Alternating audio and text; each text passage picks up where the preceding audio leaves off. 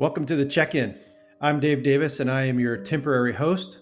We've asked David Katabaugh, our award-winning host, to join the panel today, and he is going to be fielding some of the questions.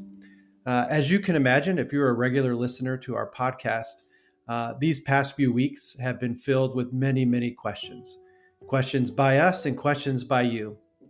And we have tried to root and ground all of our work in the principles and practices of peacemaking. And that raises questions for some. And we have taken some negative criticism from people, and we've received lots of positive feedback from other people. And along the way, you have sent us some questions. And so for the remainder of our time together today, we're going to take a look at some of those questions and try to answer for you and give you practical, tactical things to take away from this podcast and to share with the people around you. So we're going to start by framing where we are today. And so I've asked David Katabaugh to just give us a little bit of a current status and set us up for the rest of our conversation. Thanks, Dave. So folks, we are recording this just as a heads up to timestamp this on Tuesday, October 24th. So as we all know, after the horrific Hamas attack in southern Israel on October 7th, more than 1,400 Israelis were killed. Since then, as of October 23rd, the latest that we have numbers for, at least 5,000 people have been killed in Gaza, including more than 2,000 children and 1,100 women. Now, the health ministry in Gaza says that more than 700 Palestinians were killed in Israeli air raids just in the 24 hours between Sunday and Monday of this week. So, folks, things are not improving. We have to name, too, that the hospital system has essentially collapsed in Gaza.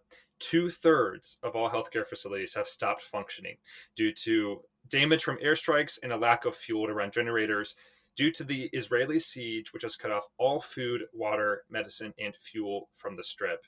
As a result, preventable diseases are on the rise as hundreds of thousands are crowding into temporary shelters without clean drinking water or access to functioning sewage systems. We've heard since Saturday that 52 trucks with relief supplies, excluding fuel, have entered into Gaza. But the UN says that Gaza needs at minimum 100 trucks a day to supply the humanitarian needs of the residents of the Strip.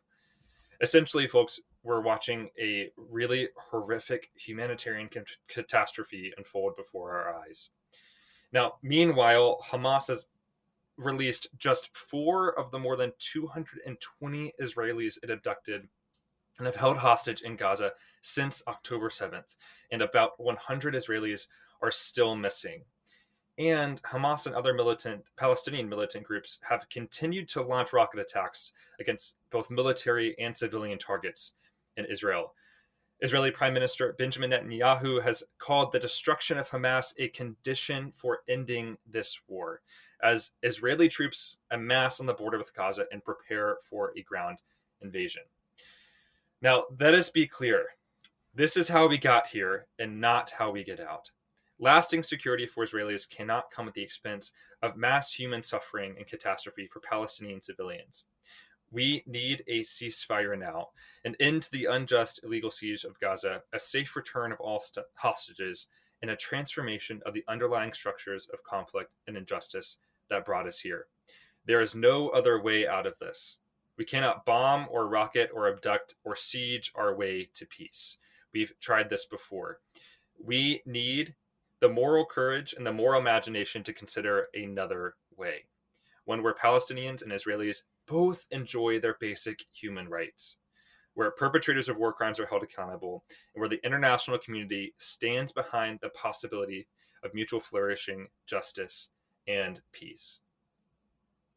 Thank you, David. I appreciate that framing. I think one of the questions that I have heard with great regularity is, in this desire for us to call for a ceasefire, it feels as if maybe we are taking one side or the other. So, Greg, this question is for you. And tell us where you're checking in from before you answer the question. But how can we be calling for a ceasefire if Hamas is just going to keep sending rockets?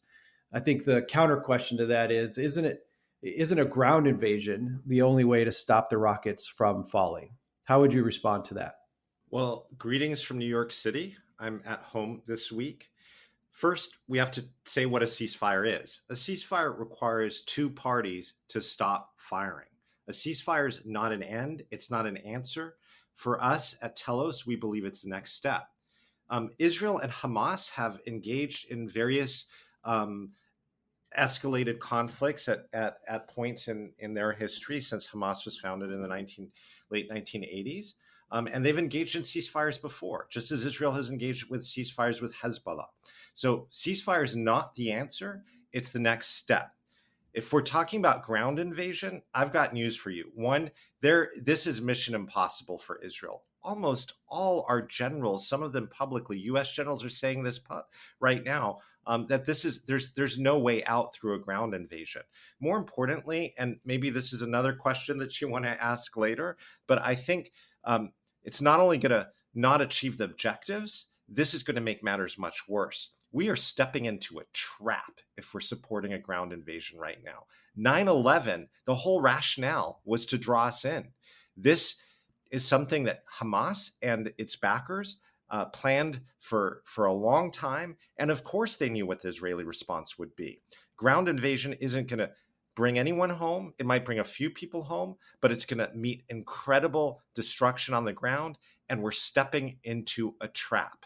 So calling for a ceasefire now isn't playing into the hands of Hamas. What it is saying is it's saying that, wait, let's take a step back and not step into this trap. It's saying let's act wisely in a way that can protect all of our interests, lead to true security for Israel and for Palestinians, and not draw us into regional and potentially global war. It could not be more urgent. Those worst case scenarios are now actual possibilities. To add to what you're saying, Greg, I think it's important also to acknowledge that there are many people who suggest that that a ground war is exactly what Hamas wants. They want to bog Israel down into a long, protracted involvement in the Gaza Strip. And so, again, you can look at this from various angles, but this notion that a ceasefire somehow is, just kind of a one-sided view of this is actually it's not correct. And there's a way in which the next step that's being prepared for this ground war is going to result in so many more casualties on the Palestinian side, but also Israeli soldiers whose lives will be given for this invasion. And just to clarify, because I've seen a lot of misunderstanding in the public space about what a ceasefire is. Like, ceasefire means that Hamas obviously has to stop their rockets as well. Like, ceasefire, it doesn't mean that just Israel just sits back and says, oh, you're firing rockets at us. No, ceasefire is an agreement which would be negotiated between the parties via intermediaries like Qatar and Egypt so that they would agree to pause active fire. That's what a ceasefire is. Anyone who is telling you that ceasefire is a comprehensive peace or ceasefire means that Israel just sits back and takes this is wrong. And anyone who's just focused on Israel's right to self-defense isn't paying attention to the larger context here. We can get into that later too. Let me just ask this as a follow-up, and really anyone can answer this question, is so why are they pushing, why is Israel pushing so far into this idea of a ground invasion? What is the end goal there? That's a complicated question with a number of possible answers. The first is one that all of us understand as human beings, which is vengeance. October 7th was the worst massacre committed against Jewish people since the Holocaust. October 7th completely upended Israelis' understanding of themselves in the region and the world and their military superiority. There is a drive towards vengeance. But that's not the only story. October 7th wasn't the beginning. It wasn't even the beginning of the conflict with Palestinians. Hamas, you remember, started in 1988, and it was actually funded and supported by Israel at its inception. Many people don't understand that there's so much more complexity here. Why? most Israeli governments, perhaps all, there's speculation here, but most Israeli governments, and particularly this one, have not been serious about addressing the fundamental peace and justice issues with Palestinians. They haven't wanted a Palestinian state. There has been a policy, an explicit policy, this is in the record, Google it before you attack me or anyone else, to divide and conquer Palestinians. Even Prime Minister Netanyahu's government, up until October 6th, on public record, repeatedly identified Hamas rule in Gaza not as a strategic threat, but a strategic asset to Israel. Why? Having Hamas, an internationally defined terrorist organization, in control of this tiny strip meant the Palestinians would be divided, and there would be no need to negotiate a Palestinian state or some freedom and security for Palestinians, and Israel would have a free rein to do what it's been doing in the West Bank with accelerated ferocity, and that is to take more and more Palestinian land, especially in and around Jerusalem, East Jerusalem, for Israeli Jewish-only settlements. So there's a deeper story here that we don't see. And that deeper story is quite complex. There are a number of reasons here, but what this comes back to is two things. One, revenge, and two, ulterior motives that have nothing to do with Israel's quest for security, but everything to do with maintaining and entrenching this unjust system of decades-long rule over Palestinians. There will be no security, no justice, no peace for everyone without a good future for everyone there. That's the fundamental message I want you to come back to and should be all of our North Star, that there will be no good future for Palestinians or Israelis without a great future for everyone there. Security, dignity, freedom, equality, justice for all Israelis and all Palestinians in equal measure. And this point is so urgent right now because this conflict is about to explode if we don't hit pause. Let me shift gears for just a second. Thank you so much, Greg, for all of that. Sarah, I want to just direct this question to you. Tell us where you're checking in from, and then what happens when and if the violence stops, right? So let's say there is a successful negotiated ceasefire, and maybe it's a protracted ceasefire. Aren't we just back to occupation at that point? What's next? So Sarah, take a stab at that question. Yeah, it's an important one, Dave. I'm checking in from DC today. Glad to be back with you all. It's super important to keep talking about this, even if it's really heavy and complicated, yet simple and weighty stuff. You're absolutely right, Dave, that even if a ceasefire were implemented today, that doesn't actually stop the violence. The violence didn't start on October 7th. It's been ongoing. The occupation, right, 56 years later is ongoing. The 16 plus year siege of Gaza is ongoing. And that's a different type of violence that is much less in our faces, much less covered by the news on a day-to-day basis, but violence that we need to take just as seriously because it's not divorced from the current context and rocket fire and bombing of Gaza that we're seeing. We existed before October 7th. We've been doing this work for a long time. We're just as committed as this ceasefire hopefully happens to doing that ongoing work of dismantling the structures of violence that keep us from seeing a future where Palestinians and Israelis experience freedom, dignity, and security in equal measure. The type of violence we're seeing is what got us to this situation today. It's not the type of violence that will ever bring us to that kind of just and peaceful future. So I encourage all of you, right? This is a lot. It's overwhelming. It's been overwhelming for 2 weeks. The news headlines are absolutely horrific. But stay tuned in, stay plugged in.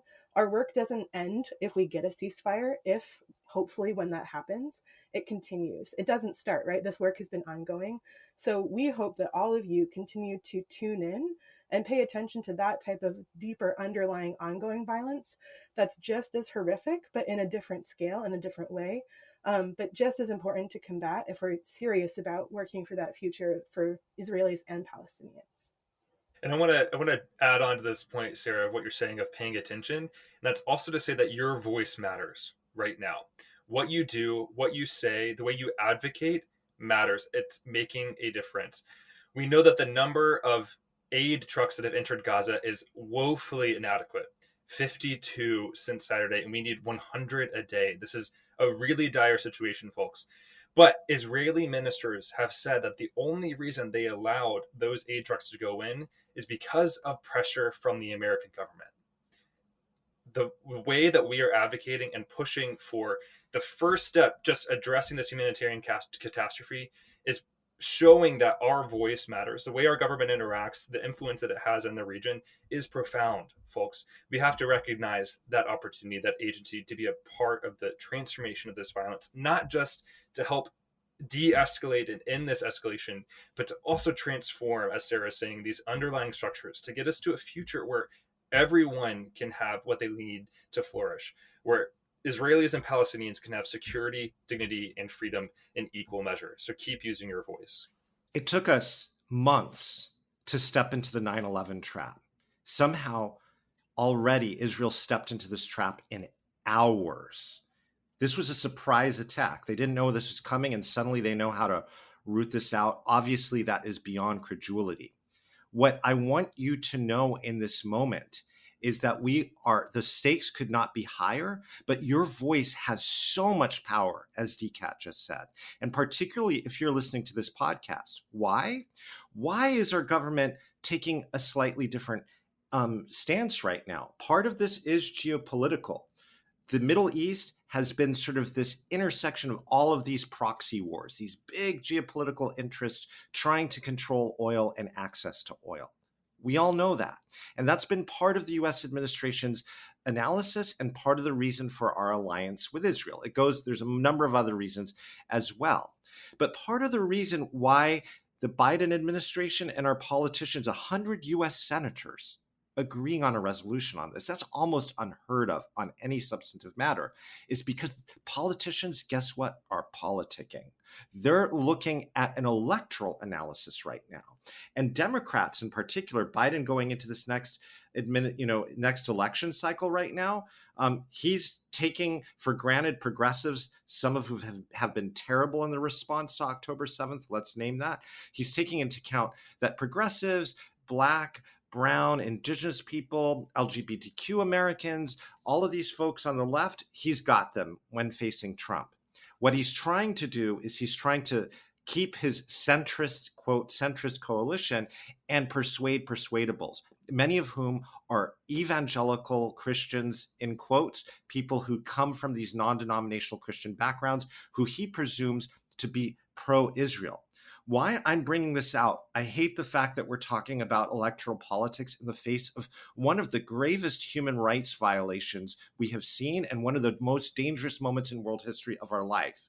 But what it means, if you think for 1 second your voice doesn't matter, your voice is already having impact. And your voice, if you're listening to this podcast, chances are a number of people on this podcast fit into this persuadable middle who are upset with Trump and Biden and don't know where they fit. And right now, our politicians are playing to you. Step up now, call for ceasefire now, not just once, not twice, call for it until it happens. And then when it does, we regroup and we figure out the next wise step together. I want to just encourage you, if you're listening, to go to our website. There's lots of information there that there's a script for how to reach out and talk to your members of Congress. There are lots of resources there to help educate you on this topic. I would also encourage you to sign up for our newsletter and continue to help us by giving, donating to the work of Tell Us. I just would encourage you to stop by the website. In fact, if you want to get immediate resources, you can go to tellusgroup.org/ceasefire now. So I'd encourage you to do that. Todd, I have a question for you around sort of the longevity of this situation and the possibility for longstanding peace. So Hamas advocates for the destruction of Jewish people, right? That there is no want for Jewish people in their space. So how can people peacefully coexist in that space? Well, there've long been debates about whether or not Hamas, or at least elements within Hamas, could move or be moderated or move away from some of the more heinous parts of their charter. And could they ever be a constructive vehicle for Palestinian freedom and liberation in a way that allowed for Jewish Israelis to also exist and flourish in the land? I think the horrific murders of October 7th have made that seem impossible for many people, if not most. But the question is, how do you defeat an idea or an ideology that makes no room for people that are different? And Hamas leaders definitely have to be held accountable for October 7th, I think. But ultimately, the best way to defeat a bad idea is with a better one. For too long, the government of Israel, I think, has pursued a policy of encouraging division within the Palestinian national movement between Hamas and the Fatah party, which controls the West Bank, and along with the United States and much of the international community, has not offered any vision for a better reality for Palestinians who live under Israeli control, whether it be direct military occupation in the West Bank or under air, land, and sea blockade in the Gaza Strip. And when there is no hope for a better future, people gravitate toward extremist positions. You can never fully destroy an idea, even a really noxious one, but you push harmful ideologies to the margins and you undermine them, not just by trying to kill all the people who hold those ideas and those ideologies. That in the end actually just creates more people who pick them up out of the ruins of all the death and destruction. You counter harmful ideologies and push them to the margins by offering people living with injustice and in desperation a path toward a better future. Dave, I have to add another question there. We get that question a lot. And as most listeners know, I come from a Palestinian American background, and I spent some years of my life living on the ground there, working on the negotiations. And so there's this question always about, well, how can you negotiate with someone who wants to kill you? Or how can you talk to, or how can you think about their rights? What Todd said, I think, is so important because it highlights the fact that these responses that we're seeing, what you're seeing in Gaza, is just going to breed this ideology. Maybe you keep some, kill some people who are partly responsible, but this is just like, a next chapter in this horribly tragic story. Not that most or all Gazans who've been traumatized of the 2 million citizens are going to turn to horrible ideologies, but that's going to happen. But there's another point here that I want you to hold too. Google death to Arabs on YouTube.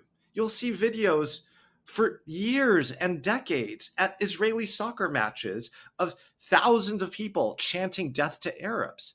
There are people in the Israeli government now who have been calling Palestinians these animals who deserve to be exterminated, and not just after October 7th. And they have full control over the reality on the ground. Amnesty International, Human Rights Watch, Beit Tselem, Israel's leading human rights organization, have long called the reality on the ground the crime of apartheid against the Palestinian people. Gaza, they've been locked literally in a cage for 16 years. I worked on this. My grandmother was from Gaza. Her church was bombed on Thursday. I did not know my family there personally, but 11 members of her family were killed in that bombing. So I want you to know that, if you're Palestinian, not only do you not have your freedom, not only do you not have water, not only do you not have the ability to move freely, even within Palestinian territories, and to be free from Israeli soldiers coming into your home and your knives for decades. Not only are you suffering these mass atrocities on a daily basis, but the world is staying silent, and many people have been cheering this on, not just after October 7th, but for years before October 7th. So I think it's important, Dave, if we're going to ask the question, when Hamas is doing this, I'm not defending Hamas. I'm somebody who actually actively worked against Hamas for many years. But why are we not asking the question about Palestinian security?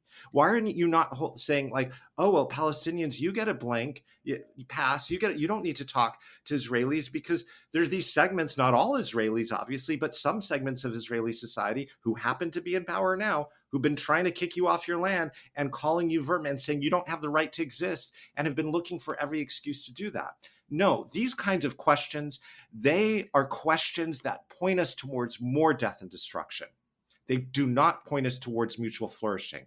The only good future in Israel-Palestine is got to work for everyone, and that has to come back for fundamental human rights. We have to look through our pain, our grief, our righteous and justifiable anger to say that the only way out of this is a different way forward. We know that to be true. This is how we got here. This extreme violence on a structural level, on a direct level, this cultural violence, like determining all people are just like these genocidal idiots. This is how we got here. This is not how we get out. One thing I want to add too is there's so much violent rhetoric, especially on the internet, that if you're looking for that and looking for a reason not to coexist, you will find that. But there's also so many voices, organizations, and people who are actively working against that narrative, who are putting forth their humanity and the humanity of the other at the same time. And if you look for those voices and partners, you will find them. And in these moments where that violent rhetoric is so loud and being used to justify absolute atrocities, it's incumbent on us to amplify and elevate the voices of our partners that we know, love, and trust, who are working for mutual flourishing, who see the humanity of the other alongside their own humanity, and not to fall into that trap of, well, there's no one who's working for peace. There are people and partners, Israeli and Palestinian, who are working for peace and justice. We are working for peace and justice with Israelis and Palestinians. And so it's up to us if we want to lean into that, or if we're going to use that excuse of, well, they just don't want it, so I let myself off the hook. Yeah, Sarah, that's a really great point. Thank you for bringing that up. That brings me to a question that I actually have received personally from a number of friends and family, and that is, what is the general feeling of the typical person living in Israel, typical Israeli? How are they viewing this moment in time, and what maybe are they doing? I get that none of us are in the region, but I'm just curious your thoughts on that. That's a hard question to answer on behalf of a whole nation of people. But my impression is, from the conversations I've had with Israeli friends and from what I'm reading, is that there's a lot of unity and uniformity within Israeli society about the idea of trying to somehow decapitate Hamas as an organization, and there's definitely some voices that are very much in minority, calling for something different than what's being planned right now. This mass mobilization that's happening, I think, seems to be widely supported, but under the surface, there's a lot of obviously anxiety about the hostages, and many the families of the hostages are definitely calling for a different path right now.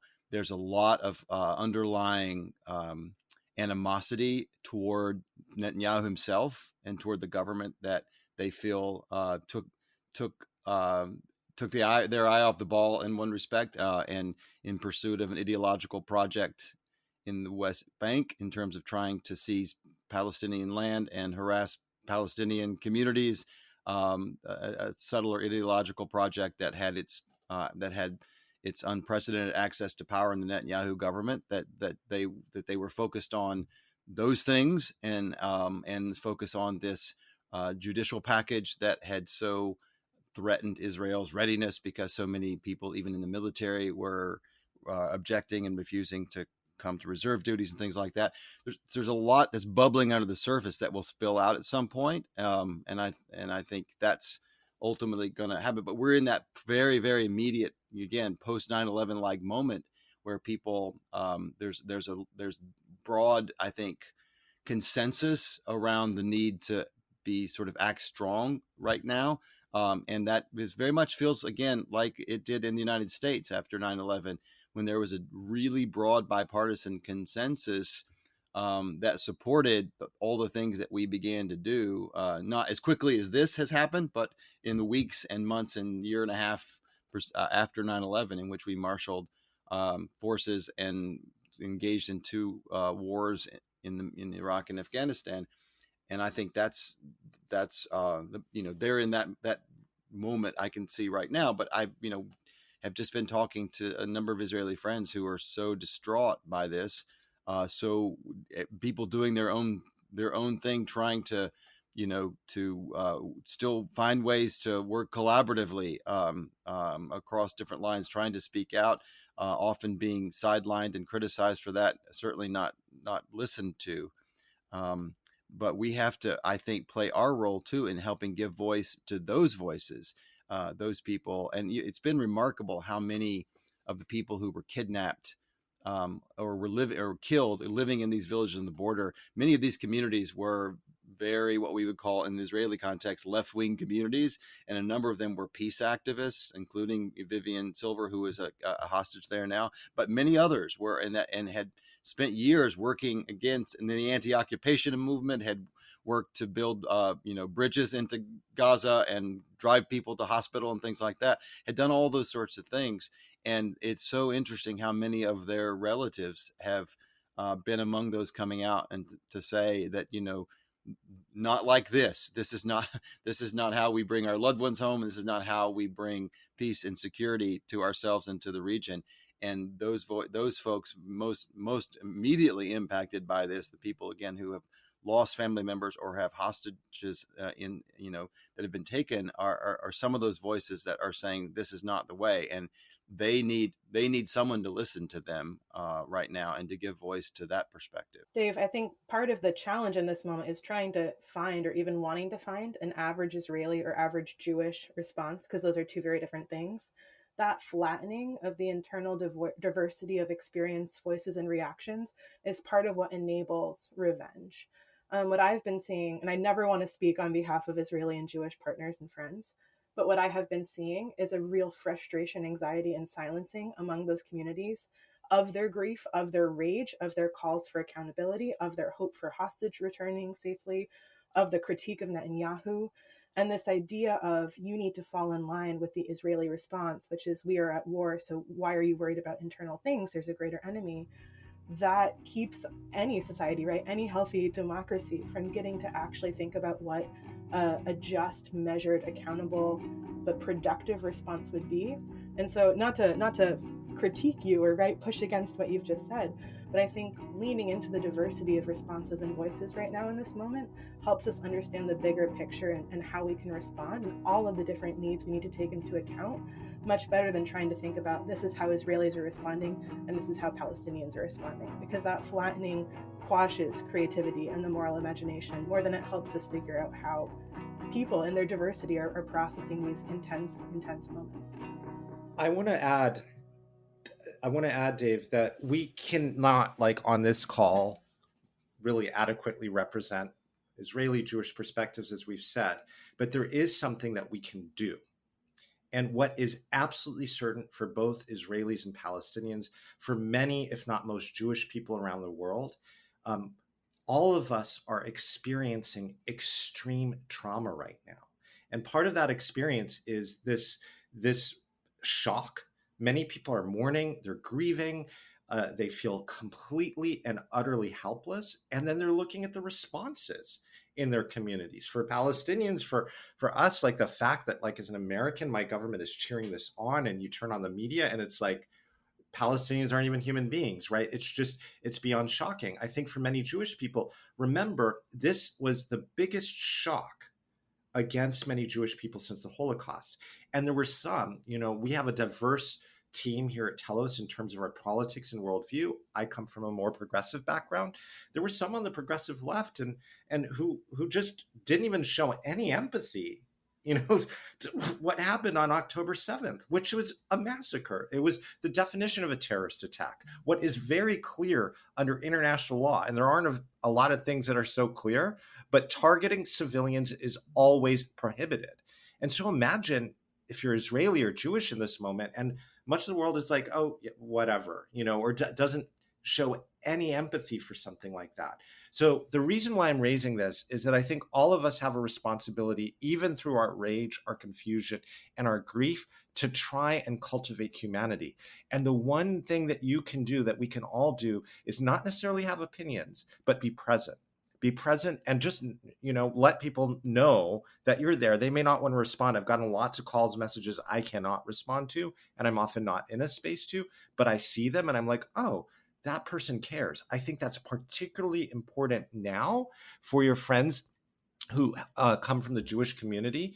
Anti-Semitism was on the rise, it's going to get so much worse. Anti-Palestinianism, Islamophobia as well. And so if we're serious about working towards mutual flourishing there and here, we need to see and confront these things. That begins with presence. It begins with showing up and showing and caring and listening. As Paul Tillich said, love's first act is to listen.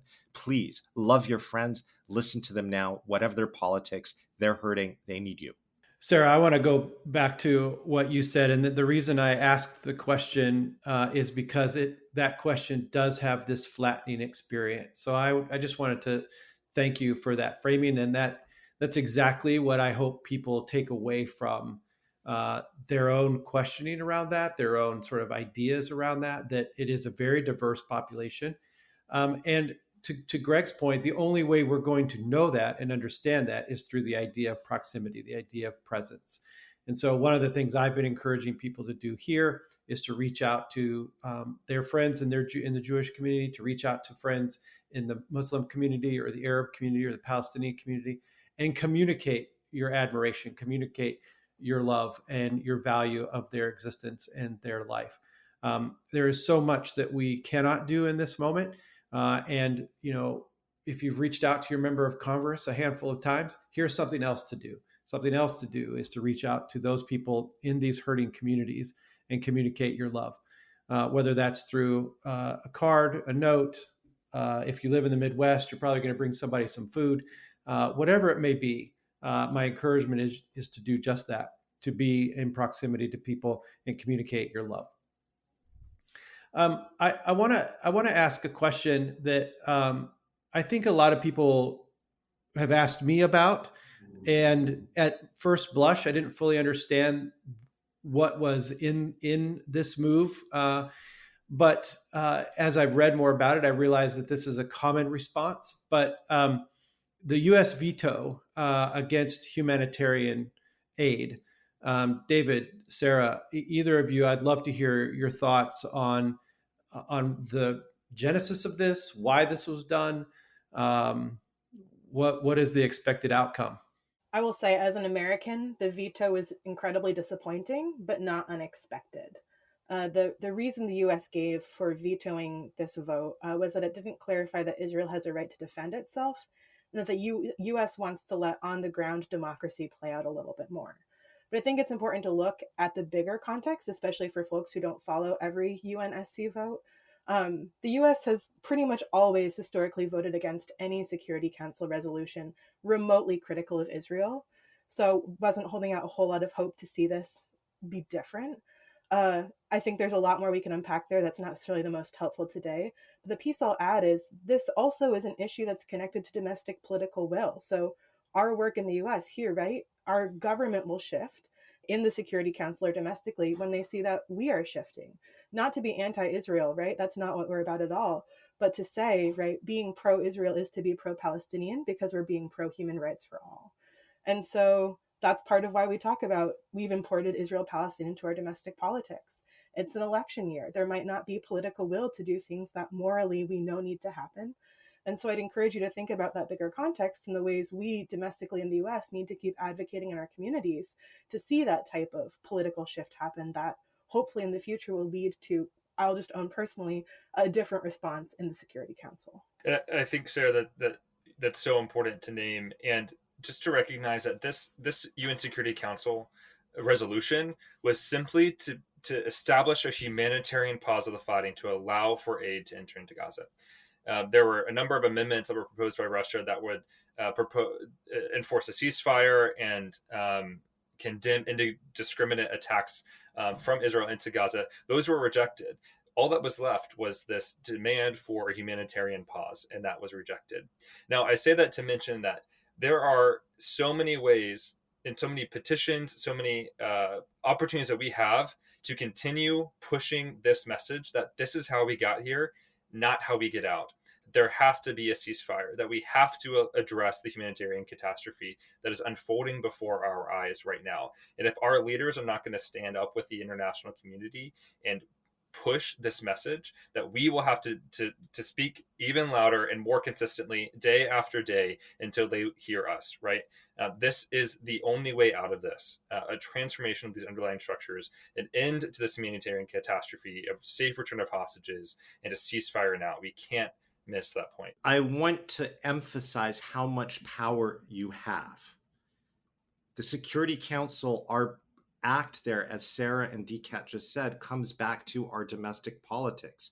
Remember, right now, everybody is pushing for this persuadable middle. That's the majority of the listeners of this podcast right now. And so your power right now in speaking up consistently, regularly with conviction, pulling this back to a human rights issue. Yes, ceasefire now. No, is ceasefire the end? No, ceasefire is just the next step. There's some real structural justice issues that were leading to a bad place. I want you to know something. When I worked out on Israel's withdrawal, supposed withdrawal from Gaza 17 years ago, the whole international community, President Bush, Condoleezza Rice, everybody predicted what would happen today if Gaza was just sealed into this open air prison. Nothing good could come out of caging Palestinians literally for generations. And that was just a continuation of what had already been happening for decades. So yes, there's some real structural justice issues that we need to address. But right now, your power is to put pause so we don't ignite a regional and global war. You have a lot of power. We can learn together, and we can point everybody back to the fundamental dignity of human life, which we have to protect. That's the way that we get out, not by dehumanizing, demoralizing more and more people. Just to add on to that too, the value of every human being here in the entire region, every Israeli, every Palestinian needs to be front and center. Engaging in conflict, engaging in violent conflict, in battle, states are obligated under international law to protect civilians. Now, I want to re-emphasize that we recognize Israel's right to self-defense and to respond to the unjustified acts that happened on October 7th, the killing of innocent civilians. As Greg said, this was a massacre. And we demand that all parties follow international law and respect the rights of civilians. The brutal siege that we're seeing against Gaza violates international law on top of being immoral, right? So we're demanding an end to this immoral and unjust siege, and that all parties follow international law. So similar question, and I think it goes directly to this issue of valuing human life. What do you say to those folks who question why other Arab nations seem to have closed the door to the Palestinian people? Maybe Todd or Greg, maybe you might want to pick that one up. 25 wrongs don't make a right. Like, just because everybody is treating Palestinians horribly doesn't mean that we get to treat Palestinians horribly. This is the origin of the problem. If you're Palestinian, the reality is most likely you're a refugee. And most likely are you not only a refugee, you're a stateless refugee. You don't have anyone advocating for your rights. And your own leadership, whether you're in West Bank or Gaza, you probably feel really disconnected from them. So you feel like everyone has turned your back. But you're also proud Palestinian. You know that you come from this land, that your roots date back generations. My family in Beit Sahur near Bethlehem, which is where my grandmother moved to from Gaza after she got married, but they trace their roots back historically to Acts 2 in the Bible, the first Christians. And so I think the point is that that because Arab nations have used political pawns or turned Palestinians into political pawns, and Israel is now bombarding Palestinian bodies. Like, wait a second. Yeah, none of this makes it okay. All of these things are wrong together. If you're Palestinian and you're in Gaza right now, one, you're living in a cage, and two, you've already likely been kicked out of your homes before, and three, you don't have money or gas or fuel to move. Like, you probably don't want to move it. Where do you go off to? They feel abandoned right now, and they are by everyone. So this is why your voice matters too. If you actually believe that all human beings are created equal, that's true for Palestinians too. And if this were happening to your family what would you do? Would you rise up in revenge and place revenge against Israel or the Jewish people, misplace that revenge? I hope not. That doesn't get us anywhere. That's more injustice. But I hope you would rise up today and say, if this were my daughter, if this were my family, and it's being done in my name with my money and my weapons, I'm going to yell, stop. I'm going to figure out what's happening. I'm going to do my best right now. Just because others aren't doing it doesn't excuse us from our responsibility. It's our time to rise. With that question too, Dave, it's always interesting to me that people ask, why don't Arab nations just take in Palestinians, or why don't Palestinians just leave? I think we all have places that we have a deep sense of connection to and see as home.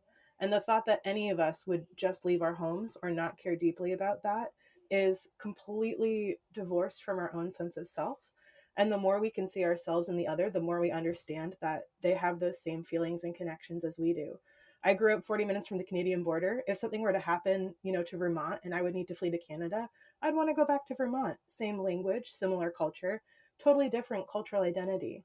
And I think that, again, with that flattening idea, to think that, well, all Arabs are the same, right? What's the difference between a Palestinian and a Jordanian and an Egyptian and a Syrian, right? Loses that rich cultural heritage and identity and tie to specific places. That is the incredible richness that is humanity, right? That's, in addition to human life, that's what we all fight to protect, is that sense of home, that sense of self, place, identity, culture. And we don't just get to ignore or erase that for certain people because it might lead to a quote unquote politically expedient solution to, right, what's a fight not just over land, but deep connection, history, roots, culture, identity, and belonging. So another frame, maybe you're not like my family and have hundreds, if not thousands of years of connection to a particular place. My family in Bethlehem. I was born and raised here. But you know what? What would you do if someone came to your farm, your home with guns and just said, hey, we don't like you because of who you are. Get off now. I think a lot of people, maybe they don't have that same connection to the place, but I think people would say, hey, we have a right to defend ourselves here. And so this is another bit of a thing where you can get some empathy and also see how the self-defense argument, which is true, Palestinians have a right to self-defense. Israel has a right to self-defense. It's a state. That's what states do. But how long are we going to keep defending ourselves until we're all in the grave? No, we need to focus on fundamental human rights. There's no good future for anyone there without a good future for everyone there. Put yourself in their shoes. Of course, you'd want to fight back, but how do we fight back? That's the question. Not do we fight? How do we fight? We got to fight in ways that actually ennoble and center human rights, not ways that condemn us to even worse episodes of this later on. As we bring this podcast to an end, thank you, Greg, for that and for your constant reminder, your consistent reminder for us to act. Todd, as we wrap up today, the question that I think I probably hear more than any other one, right, is that this is an ancient war. This is 6,000 years of battle. And the question I think embedded in that is, will it ever end? So how would you respond to that question? Oh, wow. That's, I hear that question a lot too. And it's such a misunderstanding of what's going on there in the reality. This is a land with people who have deep and historic and ancient connections. Greg spoke about his own as someone who is from a Palestinian Christian background and has connections that go back perhaps even to the early church of 2,000 years ago.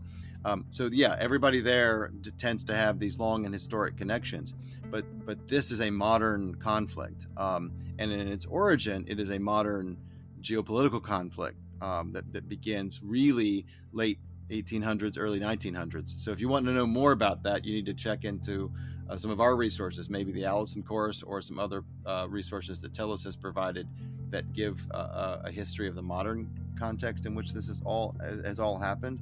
But it's definitely not at all accurate or fair to say that this is just the sons of Abraham, Isaac, and Ishmael continuing to fight 3,500 years later.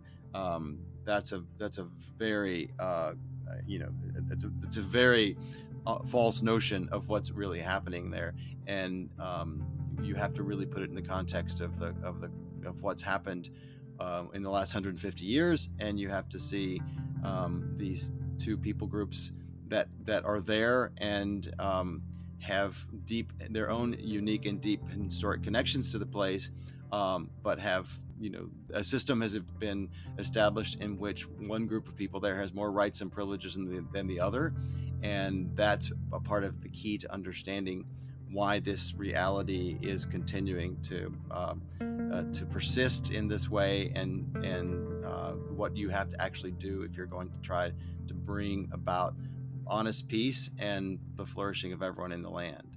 And I think, Todd, that last point is so essential when we think about why are we doing this work? Why are we on this call talking about what's going on in Israel-Palestine? It's because we believe that there is a better way possible, that there is a better future for Israelis and Palestinians both, that both peoples, all people in the region, can enjoy dignity, security, and freedom. And anyone that says that, we're putting our heads in the sand and we're acknowledging the realities, we're driven by a commitment to justice, which is the only way to durable peace, to durable and lasting peace. Martin Luther King Jr., as we often say, says that true peace is not merely the absence of tension, but is the presence of justice. We know that ceasefire is the next step, but we have to go further. We can't stop speaking out once and if a ceasefire is announced. We have to talk about transformation of the underlying structures. We have to give a vision for this possibility of mutual flourishing. Folks, that's what we're trying to do here. We believe that future is possible, and we are asking you to stand with us right now more than ever. Well, I want to thank Todd and Greg and David Cataba and Sarah for taking time to walk through some of these frequently asked questions. If you are a new visitor to our podcast, we want to welcome you.